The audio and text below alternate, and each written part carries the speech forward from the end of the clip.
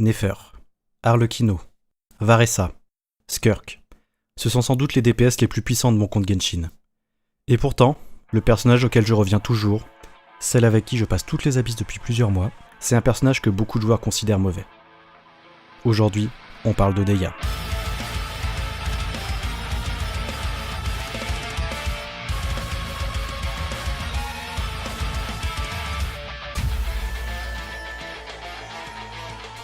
Commençons par son kit.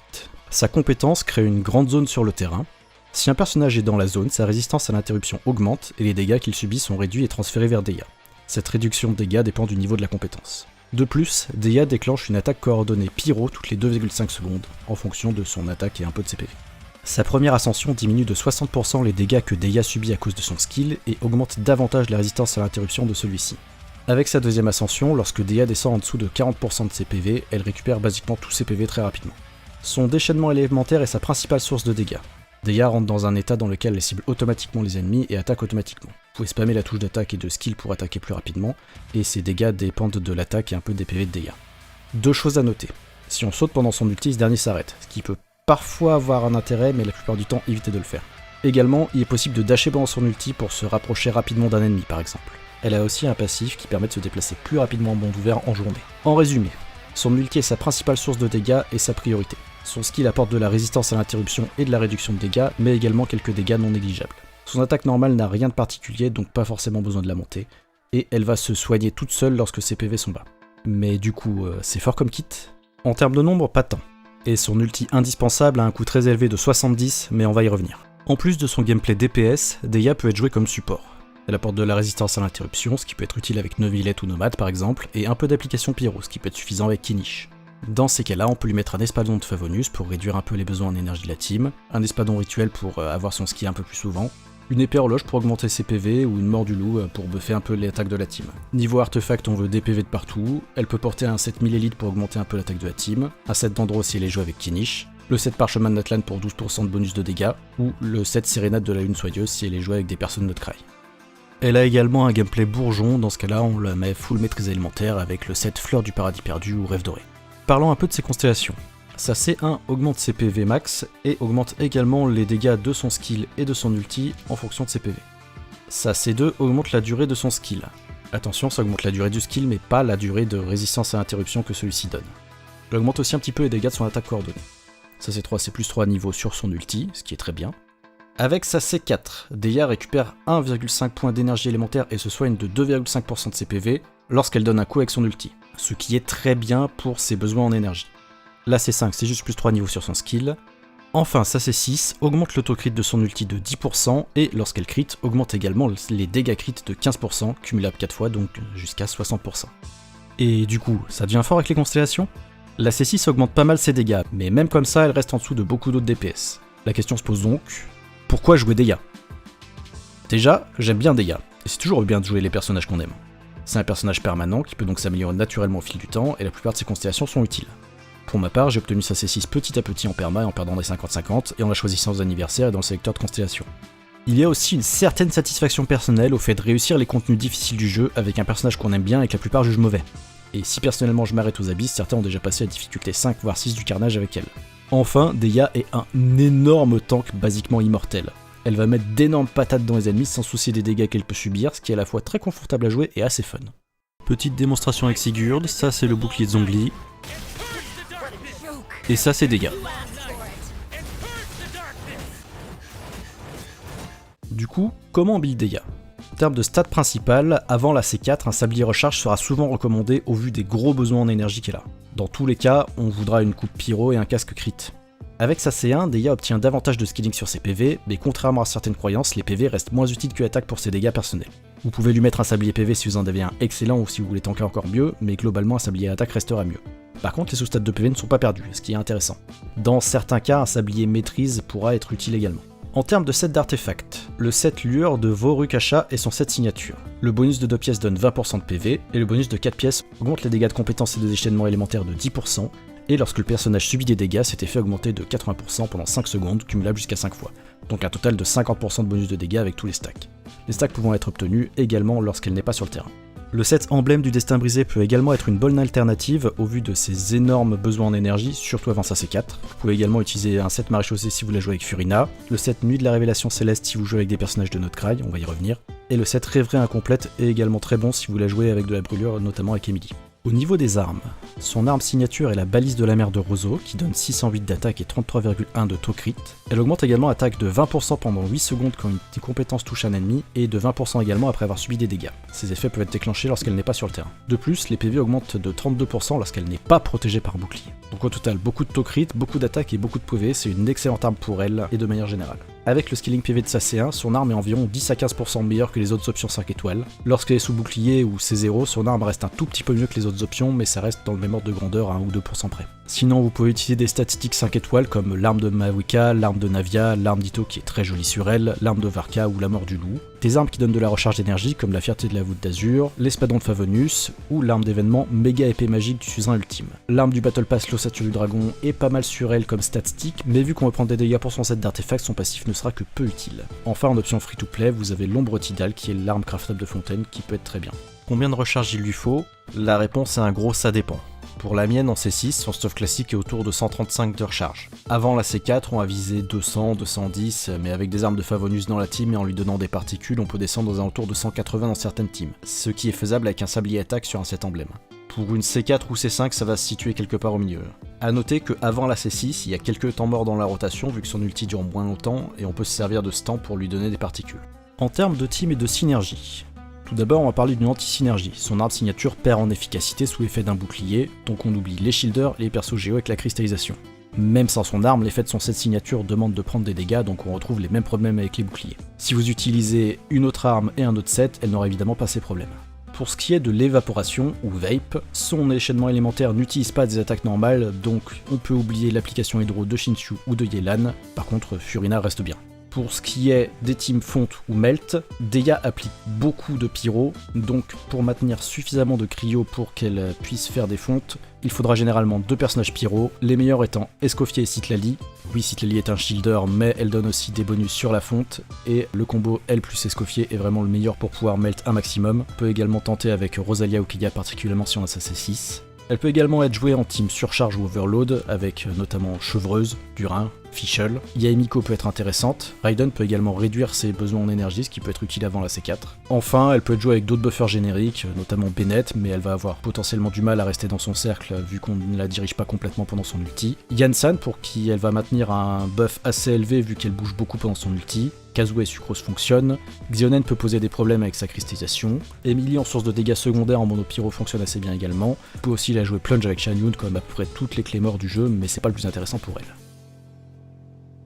Enfin, il nous reste un dernier archétype à aborder, nous allons donc parler d'Inefa. Je vous préviens, ça va être un gros morceau. Inefa est un shielder. A première vue, on n'aurait donc pas envie de l'utiliser avec dégâts. Mais qu'est-ce qui est différent?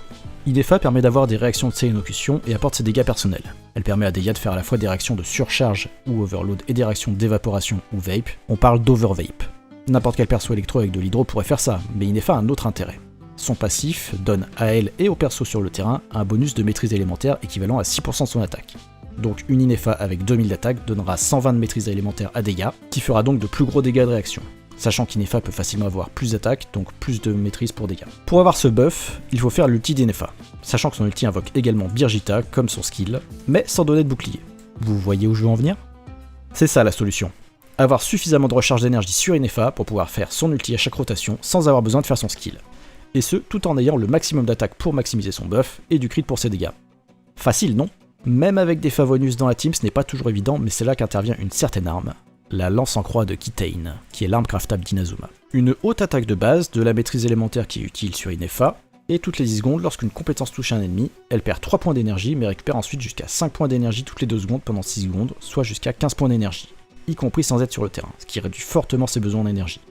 En termes de team, on va généralement avoir Deia, Inefa, un perso hydro et si possible Chevreuse C6. Une minute, pourquoi Chevreuse dans une team où on a d'autres éléments que électro et pyro? Si la team n'est composée que de pyro et d'électro, Chevreuse réduit la résistance des ennemis à ces deux éléments. Ici ça ne sera pas le cas, mais on aura quand même son autre passif qui nécessite uniquement des réactions de surcharge, que l'on va faire, et qui donne jusqu'à 40% d'attaque à toute la team. Oui, même à Inefa, ce qui augmente son buff de maîtrise élémentaire. De plus, sa C6 donne jusqu'à 60% de bonus de dégâts pyro et électro au personnage déployé. C'est ça qui fait que globalement Chevreuse est meilleur que Bennett ici. Pour le perso Hydro, on a déjà vu qu'on ne peut pas utiliser Shinchu ou Yelan, du coup on a le choix entre Furina. Bon, c'est Furina, normalement vous savez pourquoi c'est fort, elle a des dégâts perso et des gros buffs, elle permet d'utiliser le set maréchaussée, et en plus on a Chevreuse en tant que healer, donc pas de problème pour profiter pleinement de son kit. Sinon, on a le choix entre deux personnes Not Cry, Aino ou Colombina. Dans les deux cas, vu qu'on a deux personnes Not Cry dans l'équipe, on peut potentiellement utiliser le set Nuit de la Révélation Céleste sur Deia, et surtout le set Sérénade de la Lune Soyeuse qui va encore augmenter la maîtrise de Deia de 120 points. Dans le cas de Aino, il est même possible de mettre le set Sérénade sur Inefa et un set Instructeur sur Aino pour encore 120 points de maîtrise supplémentaires. On a 360 points au total, ce qui est énorme, et on peut encore ajouter 80 points supplémentaires avec la C1 de Aino. Il est aussi possible de mettre le set Sérénade sur Aino et un set Obad sur Inefa pour augmenter ses dégâts personnels. En général, c'est ce que je fais, principalement par flemme de modifier mes sets habituels. Colombina, quant à elle, peut également porter le set Sérénade et elle apporte ses dégâts personnels et buff ceux d'Inefa. Au global, la team fera plus de dégâts, mais Deia aura une part moins importante qu'avec Aino. Un petit point sur la rotation pour cette équipe. En début, on veut ouvrir avec le skill de Deia, mettre l'ulti d'Inefa pour faire une réaction de surcharge, ce qui donne la petite balle qui est là à côté de Chevreuse. Ensuite, on fait le skill maintenu de Chevreuse, et idéalement, on donne des particules soit à Inefa si c'est elle qui a le plus besoin de recharge, soit à Deia. On applique notre hydro, et on part pour taper, et voilà. En résumé, les meilleurs partenaires pour Deia sont Chevreuse, idéalement C6, Durin et Fischl, Furina, Inefa, Aino et Colombina. Pour ce qui est de l'investissement vertical, comment faire en sorte que Deia fasse plus de dégâts? Tout d'abord, son arme signature est la réponse évidente, mais si vous avez déjà Deia C6 et son arme signature, sur quel personnage faut-il investir pour avoir un peu plus de dégâts? Il est possible de prendre la C1 ou la C2 de Furina pour donner un meilleur bonus de dégâts à la team, et Deia peut également profiter de la C1 ou la C2 de Durin. Les constellations d'Inefa et Colombina augmenteront les dégâts de la team, mais pas forcément spécifiquement ceux de Deia. Pour ce qui est de son potentiel pour le futur.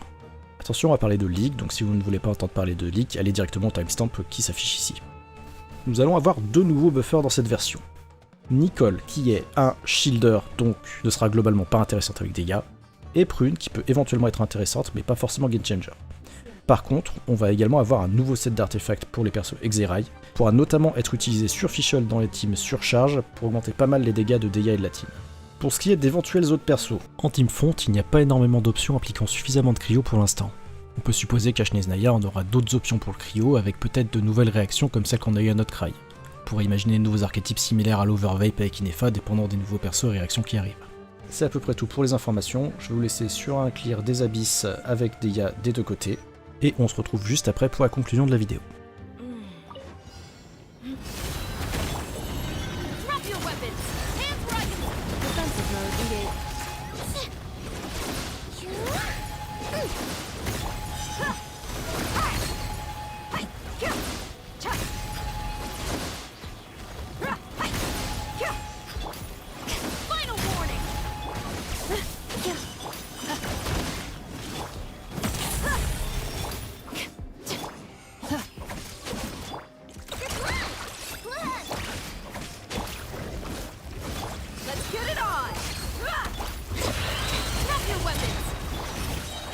Ultimatum protocol. No claw. You're dead meat.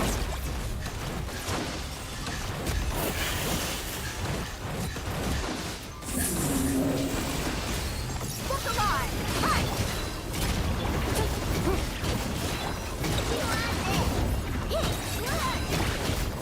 Preparing for dust up. You asked for it.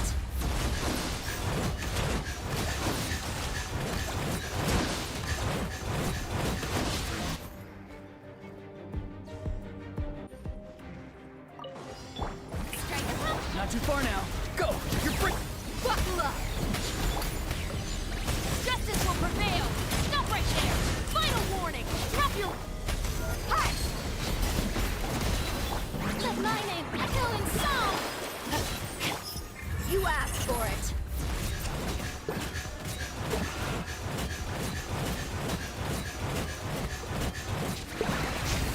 Look alive! Free! Tell me what you see.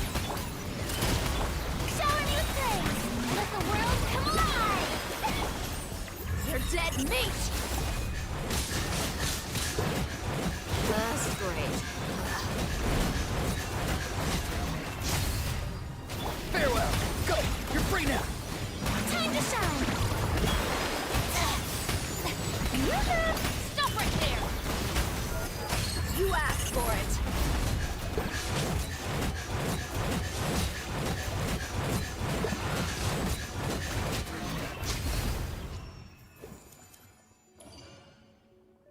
C'est tout pour cette vidéo, j'espère qu'elle aura été instructive. Si la vidéo vous a plu, n'hésitez pas à la partager, ça fait toujours plaisir. Si vous avez des questions, des remarques ou tout autre retour, les commentaires sont là pour ça. Vous pouvez aussi me retrouver sur Twitch, le lien se trouve dans la description. Merci d'avoir été là et à la prochaine.